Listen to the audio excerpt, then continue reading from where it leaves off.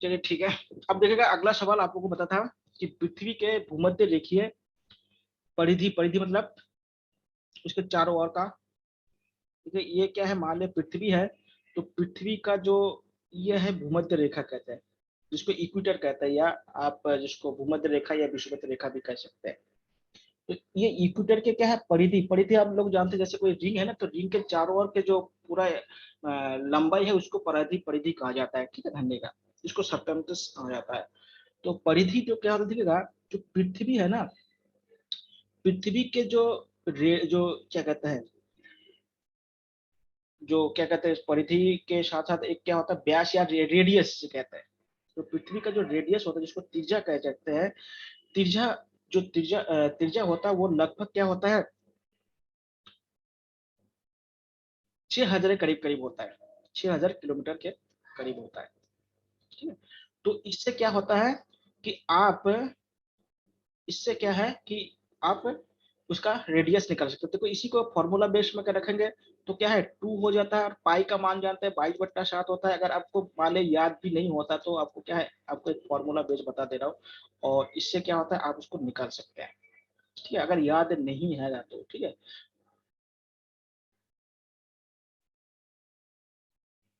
ठीक है। तो इस तरह से क्या होता है आप उसको निकाल सकते हैं।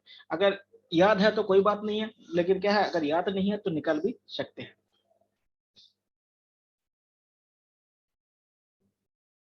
ठीक है। तो इसको अगर देखिएगा हल करेंगे तो लगभग लगभग कितना आता है, 4,000 किलोमीटर इसमें आता है। तो ये क्या होता है, इसका का भूमध्य रेखीय परिधि होता है। इस फॉर्मूला से आप निकाल सकते हैं। आगे देखिएगा 6 नंबर क्वेश्चन, निम्न महासागरीय धाराओं में से कौन सी प्रशांत महासागर से संबंधित नहीं, यानी प्रशांत यानी जो पैसिफिक ओशन है उसमें है नहीं। देखिए आपको पता है कि जो करंट होता है, जो धारा होता है ना, वो 2 टाइप के होते हैं। एक क्या होता है, वार्म होते हैं, जिसको गर्म धारा कहा जाता है, और एक होता है कोल्ड, ठीक है। तो देखिए 2 प्रकार के होते हैं, और ये क्या था, ये समुद्र में बहती रहती है। तो कह रहे कि प्रशांत महासागर, देखिए प्रशांत महासागर को, उसको पहचानने के लिए क्या है, आपको अगर थोड़ा सा मैप अगर आपको क्लियर है तो पहचान सकते हैं। इसके लिए एक मैप आप लोग ले लीजिएगा, एटलस का मैप ले लीजिएगा, क्योंकि जो क्यूरोसिगो है ना, ये जापान के करीब से बहती है, और जापान कहाँ में है, पैसिफिक ओशन पे है। कैलिफोर्निया कहाँ पे है, यूएसए में है, ये भी कहाँ पे है, पैसिफिक ओशन के बगल में है। हम्बोल्ट है और एक है कनारी, ये दोनों आपको, अब देखिए 2 क्वेश्चन, 2 तो क्या है, देखिए कभी कभी क्या होता है, इलिमिटेड विधि से भी क्या होता है, क्वेश्चन को किया जाता है कि क्या नहीं हो सकता है, क्या हो सकता है ये तो कर सकते हैं, लेकिन क्या नहीं हो सकता उस विधि से भी सॉल्व को हल कर सकता है, ठीक है। तो ध्यान रखिएगा, इस विधि से क्या है, ये दोनों तो हो ही नहीं सकता, अब लग गया ये दोनों। तो देखिएगा ये जो कनारी है ये क्या है, ये आपका है अफ्रीका में है, और अफ्रीका में होगा तो यहाँ पे कौन सा महासागर होगा, यहाँ पे अटलांटिक महासागर होगा। तो आंसर क्या हो जाएगा, कनारी हो जाएगा, ठीक है, ध्यान दीजिएगा। तो इसी तरह से एलिमेंटेड मेथड से भी क्या होता है, आप क्वेश्चन को कर सकते हैं, ठीक है। अब देखिएगा एक सवाल है, साप्टा दक्षिण एशिया एशियाई वरीयता व्यापार समझौता का गठन कब हुआ। देखिए जो साप्टा है ना, वो इंडियन सब कॉन्टिनेंट में जितने देश है, इसमें 8 देश है, कितने देश है, 8 देश है। कौन कौन से, श्रीलंका, भारत, मालदीव, उसके बाद भूटान, नेपाल, उसके बाद आपका बांग्लादेश, पाकिस्तान और अफगानिस्तान। तो ये 8 देश है। तो इनके संगठन को क्या है, साप्टा कहा था। इसको जो ट्रेड होता है इसको वरीयता देने के लिए किया गया था, और इसकी स्थापना कब किया गया था, 1895 किया था। और इसका जो हेड क्वार्टर है वो कहाँ पे, काठमांडू में है। काठमांडू की देश की राजधानी है, नेपाल की राजधानी है। कहाँ की राजधानी है, नेपाल की राजधानी है। तो यहाँ पे इसकी गठन किया गया था कि इन क्षेत्रों में ट्रेड को बढ़ाया जाए। कौन कौन से देश है, इंडियन सब कॉन्टिनेंट कहते हैं इसको। तो इंडियन सब कॉन्टिनेंट में है, इसमें है बांग्लादेश, भारत, श्रीलंका, मालदीव, भूटान, नेपाल, उसके बाद इंडिया तो हो ही गया है, पाकिस्तान और आपका अफगानिस्तान, ठीक है। तो ये जो देश है, तो 8 देश इसके सदस्य है। अब देखिए जो 18 नंबर क्वेश्चन है उसमें क्या बोला, निम्न में से कौन सा एक टाइम समय की प्राकृतिक इकाई नहीं है, यानी जो समय है उसका क्या है, प्राकृतिक इकाई नहीं है। तो देखिएगा उष्ण कटिबंधीय वर्षा, यानी जो आईटीसी जोन होता है उसके बारे में बताया गया है। ठीक है, दूसरा बात है चंद्रमास यानी मून, जो मंथ होता है उसके बाद है जो दिन होता है इसका। देखिए ये तीनों क्या है आपका नेचुरल क्या है, प्राकृतिक बोल रहा है। देखिए आपको मालूम होगा कि बरसात जो गर्मी का सीजन होगा तो इस समय से आपको मालूम हो सकता है। उसके बाद जो चंद्रमा हो सकता है उसका भी मालूम हो सकता है कि अब चंद्र हुआ तो क्या समय हो सकता है। दिन है तो आप मालूम कर सकते हैं कि दिन में आपके वो जो शैडो है उससे दिन के टाइम मालूम कर सकते हैं। तो ये जो स्टैंडर्ड टाइम है ना ये क्या है कृत्रिम, ये मानव द्वारा बनाया गया है। यानी किसी जगह पे जो स्टैंडर्ड टाइम, जैसे आपको पता था कि इंडिया का जो स्टैंडर्ड टाइम है वो क्या है 82 हाफ, जो पूर्वी देशांतर रेखा है उसी से गुजरता है। तो ये देखिए इंसान द्वारा बनाया गया ना, इसको कौन सा नेचर ने बनाया है, तो इसको स्टैंडर्ड टाइम जो है वो मानव द्वारा बनाया गया, इसको ऐसे आर्टिफिशियल टाइम कहा जाता है। ठीक है, तो बाकी क्या है सब है, तो मानक समाज जो स्टैंडर्ड टाइम है यही क्या है आर्टिफिशियल है। तो ये क्या प्राकृतिक इकाई नहीं है।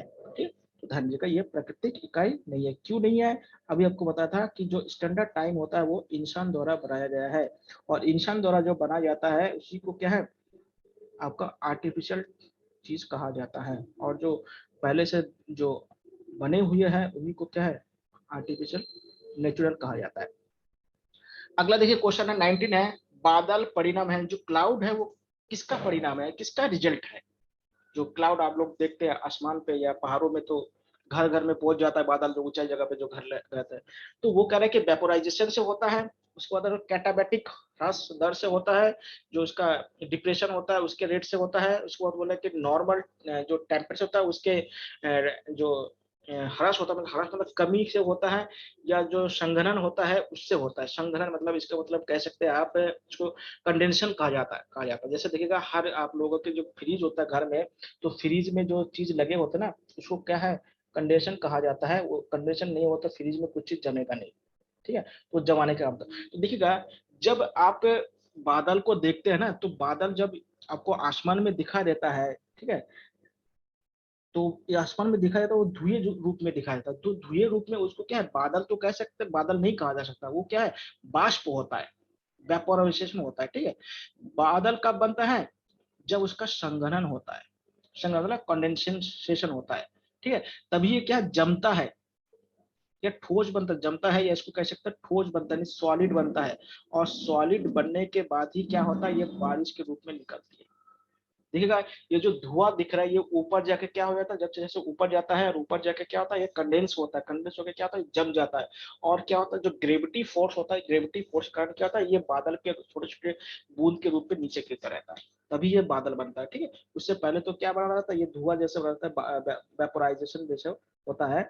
तो ये किससे कब होता है जब कंडेंसेशन होता है। देखिए हर किसी के जो फ्रिज इस्तेमाल होता है उनके पीछे क्या होता है कंडेंसेशन लगा होता है। ठीक है, और कंडेंसेशन के कारण क्या होता है फ्रिज में क्या कोई वस्तु क्या होता है सुरक्षित रहता है, उसमें टेम्परेचर को कम किया जाता है। कंडीशन इसमें भी होता है एसी में भी होता है। तो इसलिए देखिएगा जो फ्रिज होता है उसका अगर आपसे पूछा जाए कि उसका नॉर्मल टेम्परेचर कितना होता है, तो देखिएगा फ्रिज का जो नॉर्मल टेम्परेचर होता है वो 4 डिग्री सेल्सियस होता है। क्योंकि इस डिग्री सेल्सियस में जानते हैं क्या होता है जो बैक्टीरिया वायरस होता है वो एक्ट करना यानी कार्य करना बंद कर देता है, इसलिए भोजन क्या होता है सुरक्षित रहता है। फ्रिज में भोजन सुरक्षित क्यों रहता है क्योंकि उसका टेम्परेचर 4 डिग्री में होता है। इसलिए 4 डिग्री में क्या होता है कि जो बैक्टीरिया वगैरह होता है उसके वर्क करने का रेट क्या होता है कम हो जाता है। इसलिए कम हो जाता है तो क्या होगा कम नहीं कर पाता, इसलिए क्या होता है भोजन सुरक्षित रहेगा। बाहर सुरक्षित क्यों नहीं है, बाहर क्या टेम्परेचर ज्यादा है, और जानते हैं ये जितने भी इस तरह से जर्म होते हैं ना ये जहाँ जितना ज्यादा गर्मी होता है उतना ही वो जल्दी एक्ट करता है। ठीक है, इसलिए देखते हैं गर्मियों में क्या होता है बीमारी ज्यादा होता है, और ठंडे में थोड़ा सा कम उससे कम होता है बीमारी। बीमारी तो होता है ऐसे नहीं है तो कम होता है। आगे देखिए 20 नंबर क्वेश्चन है, निम्नलिखित में से कौन सा युग्म गलत है। देखिए जो डोडी ताल है ये क्या है उत्तरकाशी में एकदम सही है, बेनी ताल का है चमोली में एकदम सही है, बासुकी ताल का है रुद्रप्रयाग में ये भी सही है, देवरिया ताल टिहरी में नहीं है बल्कि रुद्रप्रयाग में है। बस आपका आंसर हो गया। ठीक है, तो देवरिया ताल कहाँ पे है टिहरी में ना होकर रुद्रप्रयाग में है, तो ये आपका हो गया। उसके बाद देखिएगा अगला क्वेश्चन है खतलिंग ग्लेशियर कहाँ पे स्थित है। अब देखिएगा क्वेश्चन दे रखा है उत्तरकाशी में, पिथौरागढ़ में, चमोली में, तो आंसर क्या हो जाएगा टिहरी गढ़वाल जिले में। टिहरी गढ़वा जिले में, और यही से कौन सी नदी निकलती है? भिलंगना नदी निकलती है। बहुत इंपॉर्टेंट है। भिलंगा नदी क्या है आपका? भागीरथी नदी का क्या ट्रिब्यूटरी है, यानी सहायक नदी है, और यही पे क्या आता है? टिहरी में मिलती है। और टिहरी में जहाँ पे मिलती है उस प्रयाग का नाम क्या है? गणेश प्रयाग कहा जाता है। ठीक है, जहाँ पे ये मिलती है टिहरी में भागीरथी नदी के साथ, उस जगह को क्या कहता है? गणेश प्रयाग कहा जाता है। और इसी पे आजकल क्या है? टिहरी बांध बनाया गया है। तो टिहरी बांध क्या है? भिलंगना और जो भागीरथी नदी है उसके मिलन बिंदु पे बनाया गया। और जो खतलिंग ग्लेशियर है उससे क्या है आपका? भिलंगना नदी क्या होता है? ओरिजिन होता है। ठीक है। अब ये कह रहे हैं कि पूर्वी धौली गंगा। देखिए धौली गंगा दो है, एक है पश्चिमी वाला है। ठीक है, जो पश्चिमी वाला धौली गंगा ये अलकनंदा का सहायक नदी है। इसका है अलकनंदा का। ठीक है। और जो पूर्वी वाला है ये है काली नदी का। ठीक है, पूर्वी क्या है? पूर्वी साइड पे है, तो पूर्वी में है काली नदी का है। और पश्चिम धोला धौली गंगा अगर आए तो उसको लिखेगा अलकनंदा का सहायक नदी है। तो काली नदी क्या है? सब जानते हैं उत्तराखंड के सबसे पूर्वी भाग से बहती है। उत्तराखंड के सबसे क्या है? पूर्वी भाग से बहती है, और भारत और नेपाल का बॉर्डर बनाती है। भारत और नेपाल का बॉर्डर बनाती है। ठीक है। और इसी काली नदी को टनकपुर के बाद शारदा नदी के नाम से जाना जाता है। काली नदी को किस नाम से जाना जाता है? शारदा नदी के नाम से जाना जाता है। और उत्तराखंड में ये मान्यता है कि काली नदी के पानी क्या है? अपवित्र होता है, किसी पूजा में इस्तेमाल नहीं किया जाता है। ठीक है।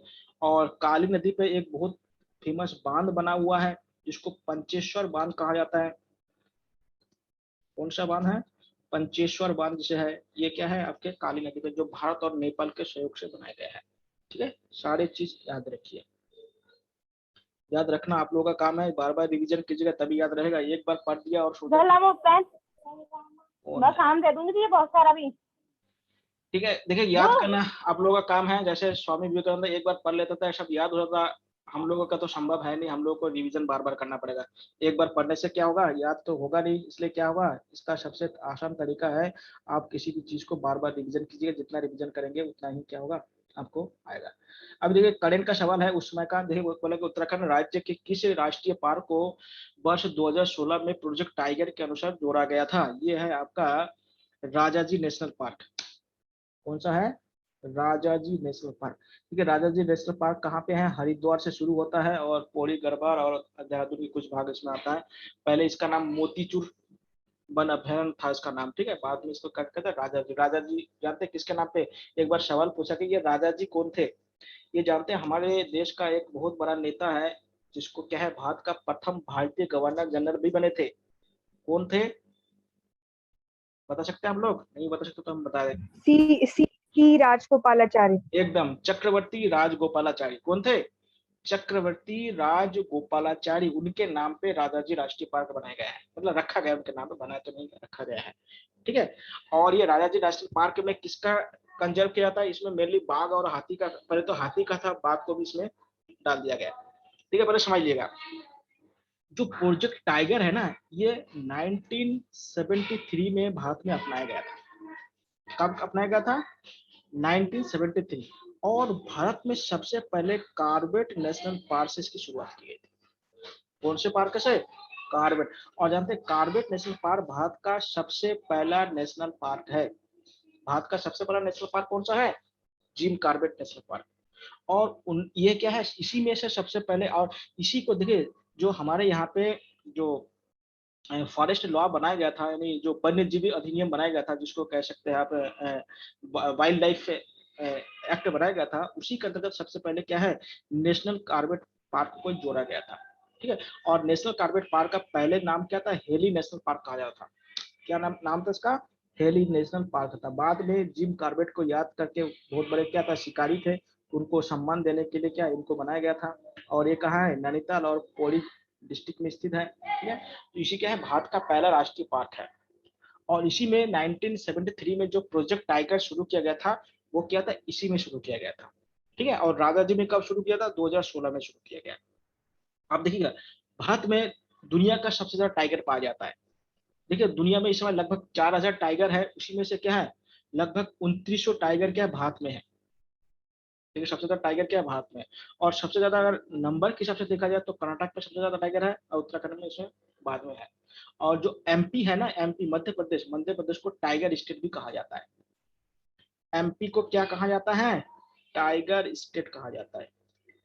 क्वेश्चन एकदम याद कीजिएगा, ऐसे क्वेश्चन आजकल ज्यादा पूछ रहे हैं। तो एमपी को क्या कहा जाता है, एमपी मतलब मध्य प्रदेश को टाइगर स्टेट कहा जाता है। और दुनिया के सबसे ज्यादा बाघ कहाँ पाया जाता है, भारत में पाया जाता है। लगभग 70% बाघ क्या है भारत में पाया जाता है।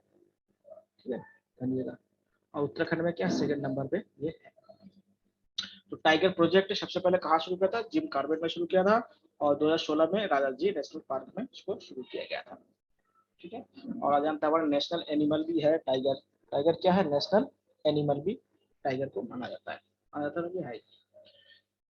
तो ये हो गया। अब देखिएगा अगला सवाल क्या है, उस समय के करेंट का ही सवाल है, फिर भी हम देखते हैं।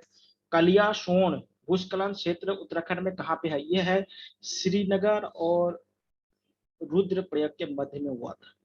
उस समय करंट का सवाल था, तो उस समय के करंट का सवाल के हिसाब से ये हुआ था। ठीक है, तो ध्यान रखिएगा ये उस समय के करंट का सवाल रहा है, तो उसी के कारण ये हुआ था। ठीक है, तो ये हो गया। आप जानते हैं, और एक चीज आपको बता देता हूँ कि उत्तराखंड में सबसे ज्यादा जो क्लाइमेटी या जो डिजास्टर आता है वो क्या है, लैंडस्लाइड के कारण ही होता है, यानी भूस्खलन के कारण ही बनता है। अगला सवाल देखिएगा, कह रहा है कि उत्तराखंड में किस वन्य जीव विहार समूह में पश्चिम से पूर्व की तरफ, यानी जो वेस्ट से ईस्ट की तरफ जाने के लिए बोल रहा है। तो देखिएगा हमारा वेस्ट में कौन सा जिला है, देहरादून है, या देहरादून के बाद कौन सा है, उत्तरकाशी है। और सबसे ईस्ट में कौन सा है, पिथौरागढ़ है। सबसे पूर्व कौन सा जिला है, पिथौरागढ़ है। और सबसे पश्चिम में कौन सा जिला है, देहरादून है। ठीक है, तो उस हिसाब से देखिएगा, तो देखिएगा देहरादून में तो कोई नेशनल पार्क इसमें से दिखाई दे नहीं रहा है, तो क्या है, उत्तरकाशी का भी कोई दिखाई नहीं दे रहा है। तो सबसे पहले लगा लीजिए केदारनाथ। उसके बाद देखिए केदारनाथ कहाँ पे है, रुद्रप्रयाग में है। नंदा देवी कहाँ पे है, चमोली में है। ठीक है, उसके बाद बिनसर कहाँ पे है, ये अल्मोड़ा में है।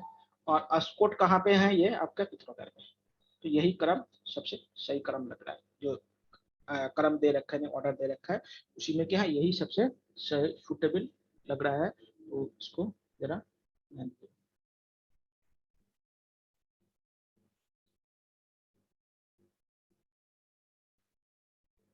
क्वेश्चन देखिएगा, हर क्वेश्चन को आपको करवाना है, और हर क्वेश्चन से आपको सवाल जितने भी बन सकता है उतना बनाना है। और क्या है कि बाद में कोई दिक्कत ना हो।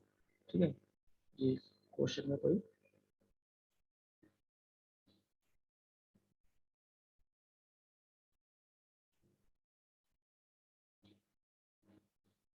सर किस चीज का पेपर है, मतलब कौन से एग्जाम ये का पेपर है? उत्तराखंड का है, उत्तराखंड के ही पेपर है। सर उत्तराखंड का जैसे किस चीज का सर? ये उत्तराखंड के पीसीएस का पेपर है। तो ये ओके। देखिए हाई लेवल का करवा रहा हूँ, अब हाई लेवल कर रहा हूँ, तो अगर ग्रुप सी का होगा तो ग्रुप सी इससे लो लेवल का आएगा तो समझ लीजिएगा। इसलिए ये हो रहा है कि जो पढ़ाया जा रहा है वो वास्तव में पूछा जा रहा है कि नहीं जा रहा है, ये थोड़ा सा चेक भी हो जाएगा। और आप लोगों से चर्चा भी होगा, देखिएगा पेपर हल करने से जब तो एक चीज होता है कि जो उससे रिलेटेड जितने भी क्वेश्चन होते हैं ना, वो क्वेश्चन भी क्या होता है, कवर हो जाता है। ठीक है, तो इसलिए जी सर। ठीक है। तो देखिए अगला बोल रहा है, देखिएगा ये है दोआब और उससे संबंधित नदियां। देखिए आप लोग को बताया था या समझ में आपको बताता हूँ कि दोआब क्या होता है। दोआब होता है दो नदियों के बीच का जो स्थान होता है उसको कहा जाता है दोआब कहते हैं। मैदान जो होता है उसको क्या कहा जाता है, दोआब कहा जाता है। यानी दो रिवर जा रहा है और उसके बीच में क्या है, जो लैंड होता है उसी को क्या कहता है, दोआब कहा जाता है। तो देखिएगा इसमें आपको जो इंडस रिवर है, जो जिसको सिंधु नदी कहते हैं, उनके जो ट्रिब्यूटरीज है, उनके जो सहायक नदी है, उन वो सारे नदियां दे रखा है। और बोला कि इनके बीच में जो कौन कौन सा दोआब है उसको मैच कीजिए। ठीक है, तो देखिएगा पहला आपका दे रखा है बिस्ट दोआब। तो देखिएगा बिस्ट लिखा ना, तो उसको इसके नाम से देखिए, इसको याद करने का बहुत आसान तरीका, बिस्ट बॉस है, ब्यास और सतलज। तो बिस्ट का जो दोआब है वो है ब्यास और सतलज नदियों के बीच में है। ठीक है, बाड़ी बाड़ी दोआब कौन सा हो जाएगा, आपका ब्यास और रावी के बीच में हो जाएगा। इसको याद करने का तरीका आपको मैप से, इसको जब आपको बताऊंगा तब आपको बता दूंगा कि किस तरह से इसको याद करते हैं। फिर जो रचना है, जो रचना है, तो उसमें देखिएगा जो रचना का जो दुआब है वो देखिएगा र से क्या रावी है और र से रचना है, तो रावी से याद कीजिए, रावी, रावी और चिनाब के बीच में कौन सा है, रचना दुआब। फिर लास्ट में देखिएगा चौथा नंबर है चाच, चाच दुआब है। तो देखिएगा जो चाच दुआब है वो क्या है, चिनाब, चिनाब क्या है, चौ से चिनाब है और चार से चाच है, तो चिनाब और रावी के बीच में जो दुआब है उसको क्या कहते हैं, चाच दुआब है। इसी प्रकार से अगर आप मिलाएंगे तो क्या ए नंबर सही हो जाएगा। ठीक है, देखिएगा इसको याद करने का क्या तरीका है, बी से ब्यास, ब्यास और सतलज हो गया, व से चिनाब, व से क्या है ब्यास और आपका रावी हो गया, र से रावी और चिनाब हो गया, चा से चिनाब और क्या हो जाएगा आपका झेलम हो जाएगा। तो इसको याद करने का तरीका है। और जो झेलम और जो क्या कहते हैं सिंधु नदी के बीच का जो दोब है ना उसको सिंधु सागर कहा जाता है, उसका नाम क्या है, सिंधु सागर है। जब आपको इसके बारे में बताएंगे तब उसको बताएंगे। तो पांच क्या है दोब है, चार इसमें दे रखा है और एक आप इसमें नहीं दे रखा है, वो आपको बताएंगे। ठीक है, अगला जो सवाल है आपका 27 नंबर, इसमें बोल रहा है कि सर निम्नलिखित बारी दो आपका बता दीजिए, बारी दो आप। जो बारी दोआब है वो है आपका रावी और ब्यास के मध्य, जो रावी नदी है और उसके ब्यास के मध्य, रावी और ब्यास। ठीक है, और सर चार्ज वाला का चेनाब और दूसरा क्या बताया था सर? चिनाब और रावी। ठीक है। ठीक है, इसको जब आपको क्लास में बताऊंगा तो आपको मैप बना के बता दूंगा, अभी तो मैप नहीं बना के बता रहा हूँ, उसमें पूरा मैप आपको बनाया जाएगा और उसको मैप के मदद से जो जो है वो सारी चीजों को बता दिया जाएगा। ठीक है, जो भी मैप बनेगा। आगे देखिए, निम्नलिखित में से भारत में कौन सा जैव विविधता का एक संवेदनशील स्थल माना, देखिए संवेदन मतलब सेंसिटिव एरिया जिसे कह सकते हैं। जैव विविधता आपको पता है कि इसको बायोडाइवर्सिटी कहते हैं, और बायोडाइवर्सिटी का मतलब क्या होता है कि जहाँ पे एनिमल और प्लांट के जाति यानी स्पेसीज एक जगह पे बहुत ज्यादा हो। मान लिया आप लोग हल्द्वानी में रहते हैं, तो हल्द्वानी में अगर ज्यादा जानवर और ज्यादा एनिमल हो गए तो बायोडाइवर्सिटी क्या होगा, ज्यादा हो जाएगा। अगर ज्यादा एनिमल, कम एनिमल और कम प्लांट हो जाएगा तो वहाँ का हल्द्वानी का बायोडाइवर्सिटी क्या होगा, कम हो जाएगा। ठीक है, तो देखिए बायोडाइवर्सिटी आपको बताया था कि बहुत जरूरी है कि जहाँ पे बायोडाइवर्सिटी ज्यादा होता है वहाँ का क्या है, जो हैबिटेट, हैबिटेट मतलब उसका निवास स्थान है वो क्या होता है, ज्यादा स्थायी होता है। ठीक है, और जहाँ पे क्या बायोडाइवर्सिटी कम होता है वहाँ पे क्या होता है, जीवन जल्दी खत्म हो जाता है। इसे देखिएगा, जो मरुस्थल है ना वहाँ पे जीवन जल्दी खत्म क्यों होता है, पहाड़ों के ऊपर पे जीवन जल्दी खत्म क्यों हो जा रहा है, क्योंकि वहाँ पे बायोडाइवर्सिटी बहुत कम है। इसे देखिएगा हमारे देश या पूरे विश्व में क्या है, डेजर्टिफिकेशन बहुत तेजी से हो रहा है कि वहाँ पे बायोडाइवर्सिटी कम है इसलिए डेजर्ट बनते जा रहे हैं। ठीक, तो बायोडाइवर्सिटी का क्या सेंसिटिव एरिया बोल रहा है। तो देखिएगा हमारे देश में जो वेस्टर्न वैली है, पश्चिमी घाट, इसको कहते हैं, यहाँ पे बायोडाइवर्सिटी ज्यादा होता है। ठीक है, क्योंकि ये जो पार्ट होता है ना, देखिए ये है ईस्टर्न पार्ट होता है, ये है वेस्टर्न पार्ट भारत का और ये है भारत का ईस्टर्न पार्ट, जिसको पूर्वी भाग कहा जाता है। तो यहाँ पे एक पहाड़ी है जिसको सह्याद्री का पहाड़ी कहा जाता है। ठीक है, तो यहाँ के जो पहाड़ी है तो यहाँ पे देखिएगा, यहाँ पे जब आपको क्लाइमेट बताऊंगा ना तो यहाँ पे बारिश बहुत ज्यादा होता है, और जहाँ पे बारिश बहुत ज्यादा होता है ना वहाँ पे क्या होता है, बायोडाइवर्सिटी बहुत ज्यादा होता है, बहुत हाई होता है। ठीक है, तो यहाँ पे इस क्षेत्र में क्या है, बायोडाइवर्सिटी बहुत ज्यादा पाया जाता है, इसीलिए इसको क्या है, सेंसिटिव जोन कहा जाता है। और यहीं पे एक जगह है केरल में जिसको साइलेंट वैली कहा जाता है। क्या कहा जाता है, साइलेंट वैली कहा जाता है, यानी घाटी, जिसको शांत घाटी कहते हैं हिंदी में। तो ये जो साइलेंट वैली होता है, भारत का सबसे ज्यादा बायोडाइवर्सिटी इस साइलेंट वैली में पाया जाता है। ठीक है, ध्यान दिएगा, तो केरल का जो भाग है उसको हिंदी में कहते हैं शांत घाटी। ठीक है, तो बायोडाइवर्सिटी का मतलब होता है जहाँ पे जीव जंतुओं की संख्या, केवल संख्या नहीं, स्पीसीज की संख्या ज्यादा होना चाहिए, इसमें मतलब उसकी जातियों की संख्या, जैसे कुत्ता, भैंस, गाय, चींटी, मकड़ी, ये सब क्या होता है, स्पीसीज होता है, इनकी संख्या ज्यादा होना चाहिए। यानी केवल इंसानी सब, जैसे शहर में है, शहर में केवल इंसानी दिख रहे हैं और बाकी सब खत्म कर दे रहे हैं, तो वहां पे बायोडाइवर्सिटी नहीं है। इसलिए देखिए शहर जल्दी उजाड़ क्यों जाएगा, इसी कारण से देखिएगा आप सिंधु घाटी शब्द तो सुने होंगे, वो शहर उजड़ क्यों गए हैं, इसलिए उजड़ गया है क्योंकि वहां पे धीरे धीरे बायोडाइवर्सिटी खत्म हो गया होगा। तो इसी प्रकार समझ लिया कि बायोडाइवर्सिटी का मतलब क्या होगा, जहाँ पे जीवन क्या है, यानी स्पीसीज ज्यादा होता है उसी को बायोडाइवर्सिटी कहा जाता है।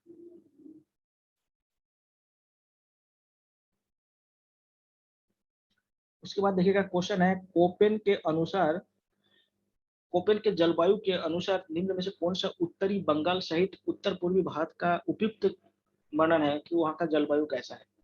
देखिए कोपेन एक क्या है तो भूगोलवेत्ता है, उन्होंने क्या है पूरे दुनिया में जो क्लाइमेट है उसको क्या है उनका क्लासिफिकेशन क्या है समझ लीजिएगा। उन्होंने क्या अलग अलग क्षेत्र में क्लासिफिकेशन किया। ठीक है, जो हमारे बंगाल है, बंगाल और जो नॉर्थ ईस्ट के जो क्षेत्र उसमें कैसे क्लाइमेट पाया जाता है। देखिए ये है आपका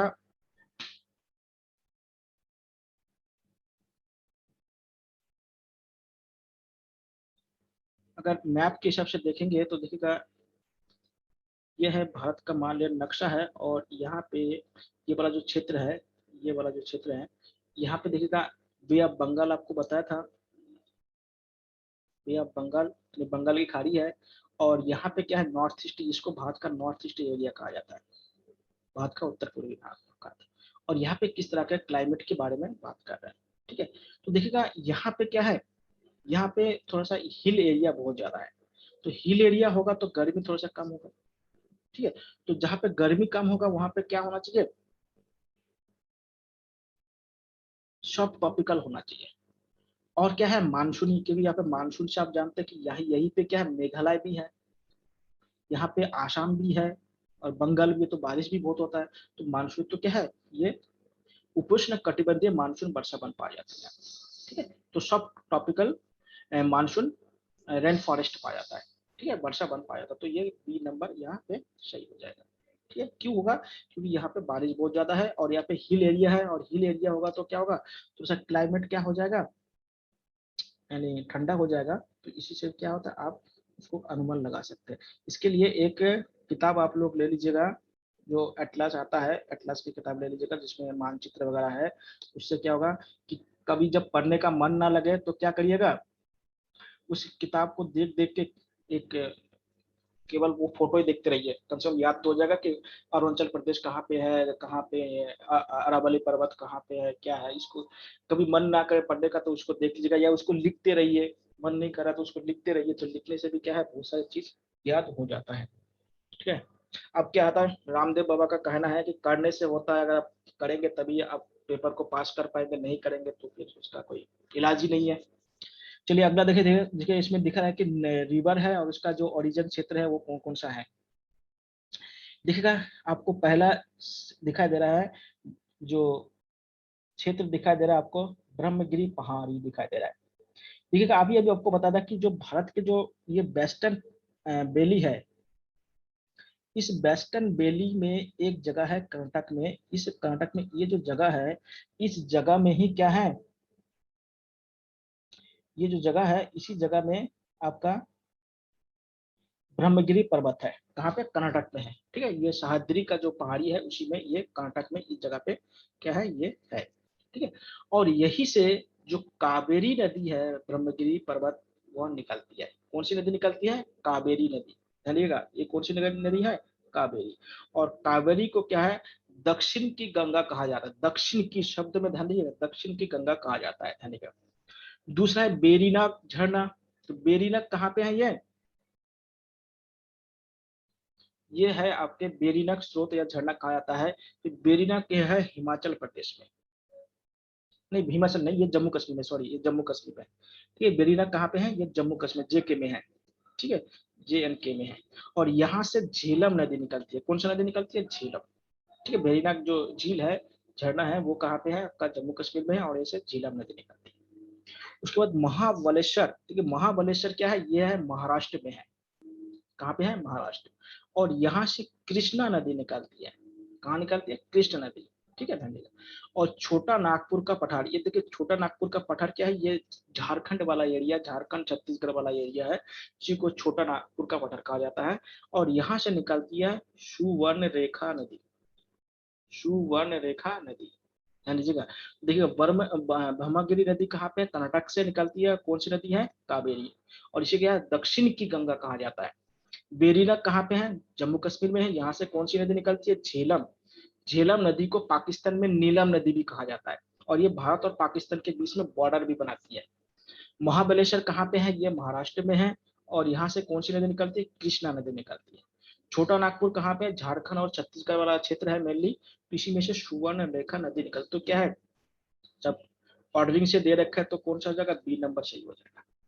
ठीक है, तो इस तरह से इसको याद करना पड़ेगा। उसके बाद कह रहे हैं कि प्रायद्वीपीय भारत में सबसे लंबी नदी, जो प्रायद्वीपीय भारत उसको पेनिनसुला कहा जाता है, पेनिनसुला ऑफ इंडिया कहा जाता है। तो वो देखिए प्रायद्वीप क्या होता है आपको समझ में आएगा। देखिए जहाँ पे 3 ओर से बॉर्डर हो और एक जगह पे क्या लैंड हो, तो इस लैंड वाले जो भाग होता है इसी को क्या है?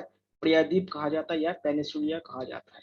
ठीक है, तो भारत के जो दक्षिण वाला भाग है ना, उसी को क्या है? प्रायद्वीप कहा जाता है। ध्यान दीजिएगा, भारत के जो दक्षिण वाला भाग है उसी को प्रायद्वीप कहा जाता है, जहाँ से 3 ओर से क्या है? पानी से घिरा हो और एक जगह पे क्या हो? स्थल हो, उसी को प्रायद्वीप कहा जाता है। ठीक है, और प्रायद्वीप भारत की सबसे जो लंबी नदी है वो गोदावरी नदी है। कौन सी नदी है? गोदावरी। देख गोदावरी नदी को बूढ़ी गंगा या दक्षिण का गंगा कहा जाता है। और ये जो गोदावरी नदी है ये है महाराष्ट्र से निकलती है, और महाराष्ट्र में जगह है त्र्यंबकम। महाराष्ट्र में क्या जगह है? त्र्यंबकम नामक एक जगह है, वहां से क्या है? गोदावरी नदी निकलती है। और गोदावरी नदी के किनारे पे जो नासिक है, नासिक में क्या है? कुंभ का मेला लगता है। आप लोगों को पता कि 4 जगह पे कुंभ का मेला लगता है, तो ये गोदावरी नदी के किनारे पर जो नासिक शहर है, तो नासिक शहर में भी की एक बार कुंभ मेला लगता है। ठीक है, ध्यान देगा। तो कहाँ पे है? सर जो कावेरी है ना, वो भी, उसको भी दक्षिण की गंगा, दक्षिण, और गोदावरी को भी दक्षिण की। दक्षिण की नहीं, दक्षिण गंगा कहते हैं उसको, दक्षिण दक्षिण गंगा कहते हैं। हाँ देखिए एक है ना, कावेरी कावेरी को। कावेरी को दक्षिण की गंगा कहा जाता है, दक्षिण की। ये अच्छा, क्यों और हुआ? इसको, और ये सर दक्षिण गंगा। गोदावरी हाँ हाँ, देखिए देखिए आपको बताना कि देखिए ये वाला जो भाग है ना, ये इसको नॉर्थ इंडिया कहते हैं। ठीक है, और ये वाला जो भाग है ना, इसको दक्कन कहते हैं, दक्कन यानी डेक्कन कहा जाता है। और ये वाला जो भाग है इसको साउथ इंडिया कहा जाता है। तो ये वाला भाग पे कावेरी नदी बहती है, और ये वाला भाग पे कौन सी नदी निकलती है? गोदावरी नदी निकलती है। तो ये देखिएगा, भारत के 3 भाग है ना, तो ये वाला भाग क्या नॉर्थ इंडिया हो गया, ये डेक्कन वाला ये हो गया, और ये है दक्षिण साउथ इंडिया हो गया। तो साउथ इंडिया में गोदावरी कावेरी है, और डेक्कन वाला क्षेत्र में कौन सा है? आपका गोदावरी। इसे दक्षिण की जब आ जाएगा तो हो जाएगा, और दक्षिण भारत का हो जाएगा तो गोदावरी हो जाएगा। ठीक है, या कह सकते हैं कि जो ये दक्कन में सबसे लंबी नदी कौन सी है, तब क्या गोदावरी आ जाता है। दक्कन की गंगा जो अगर आ जाए इस तरह से, तब उसको गोदावरी कहते हैं। ठीक है, देखिए क्या होता है कि दक्षिण भारत में जो सबसे पवित्र नदी माना जाता है वो कावेरी नदी को माना जाता है। ठीक है, क्यों? देखिए कावेरी नदी को क्यों सबसे पवित्र माना जाता है? जानते हैं, ये जो कावेरी नदी ना, इसी की नदी के किनारे पे वहां पे जितने भी बड़े बड़े मंदिर पहले बनाए गए थे, या जो वहां पे जो महत्वपूर्ण जो शासक हुए जिसको चोल शासक कहते हैं, तो चोल शासकों का क्या है? सबसे ज्यादा जो विस्तार है इसी जगह पे हुआ था, इसलिए उनको ज्यादा इंपॉर्टेंट दिया जाता है। ठीक है, तो इसीलिए क्या होता है, इसको माना जाता है। आप इतिहास में पढ़ेंगे तो चोल काल या चोल डायनेस्टी इसके बारे में जब जानेंगे तभी इसको अच्छी तरह से और क्लियर हो जाएगा। जैसे बृहदेश्वर मंदिर हो गया, गंगेश्वर कंड मंदिर हो गया, ये बड़े बड़े मंदिर यहीं पे बने हैं। मदुराई के मंदिर वगैरह हो गया, ये सारे चीज यहीं पे बने हैं। ठीक है, आगे देखिएगा क्वेश्चन क्या है। भारत में सर्वाधिक विस्तार यानी सिंचाई जो इरिगेशन होता है वो सबसे ज्यादा किस राज्य में होता है? ठीक है, क्वेश्चन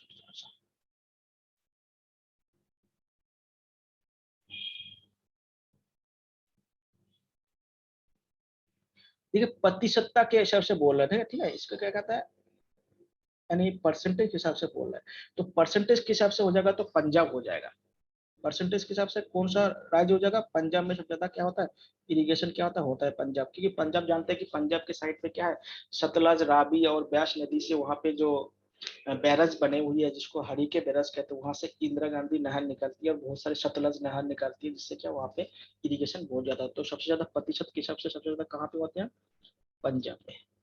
ठीक है, आगे देखिएगा, भारतीय उपग्रह श्रृंखला जो दूर संचार तंत्र के लिए उपयोग में लाई जाती है। ठीक है, दूर संचार।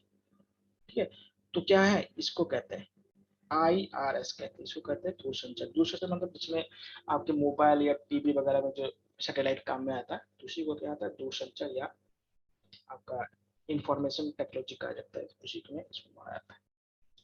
उसके बाद देखिएगा अगला सवाल है, दक्षिण गंगोत्री। ठीक है, साउथ गंगोत्री। देखिए इस नाम से मत जाइए कि ये क्या है। गंगोत्री समझ लीजिए, तो जो भागीरथी नदी का उदय होता है वो गली गंगोत्री से होता है, इसको इतना समझ लीजिएगा। और दक्षिण मतलब साउथ। ठीक है, जो दक्षिणी गंगोत्री ना, एक हमारा देश का 7 कॉन्टिनेंट होता है, इसमें से एक कॉन्टिनेंट कहाँ है, जिसको अटलांटिक कहा जाता है। तो भारत सरकार यहाँ पे क्या शोध कार्य के लिए बहुत सारे क्या रिसर्च सेंटर खोला गया है, उसी का एक नाम है दक्षिणी गंगोत्री। ठीक है, भारत सरकार क्या है, भारत अंटार्कटिका में भारतीय शोध केंद्र का नाम है।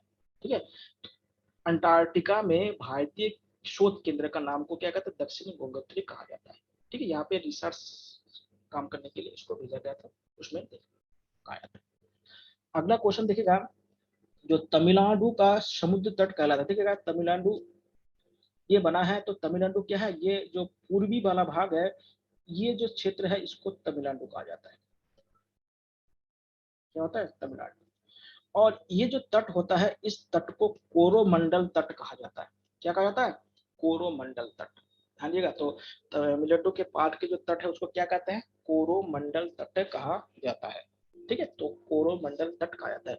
और ये जो मालाबार तट है ना, ये केरल के जो भाग है, ये जो देखिए ये केरल का जो भाग है, तो केरल के तट को क्या है, मालाबार तट कहा जाता है। और केरल से लेके जो महाराष्ट्र है, यहाँ के जो तट है ना, उसको कोंकण तट कहा जाता है। उसको कौन सा तट कहा जाता है, कोंकण तट कहा जाता है। और ये कोरोमंडल तट से लेके जो उड़ीसा का जो तट है ना, इसी को शिरकाट तट कहा जाता है। शिरकार, या कहीं कहीं सरकार लिखा होता है, कहीं कहीं शिरकार लिखा है, तो कोई नहीं, तो ये जो है इसको शिरकार तट कहा जाता है, जो कोरोमंडल से ऊपर, हाँ ऊपर होता है, जो जहाँ पे आंध्र प्रदेश और उड़ीसा का जो क्षेत्र है, तो ये क्या है, आपके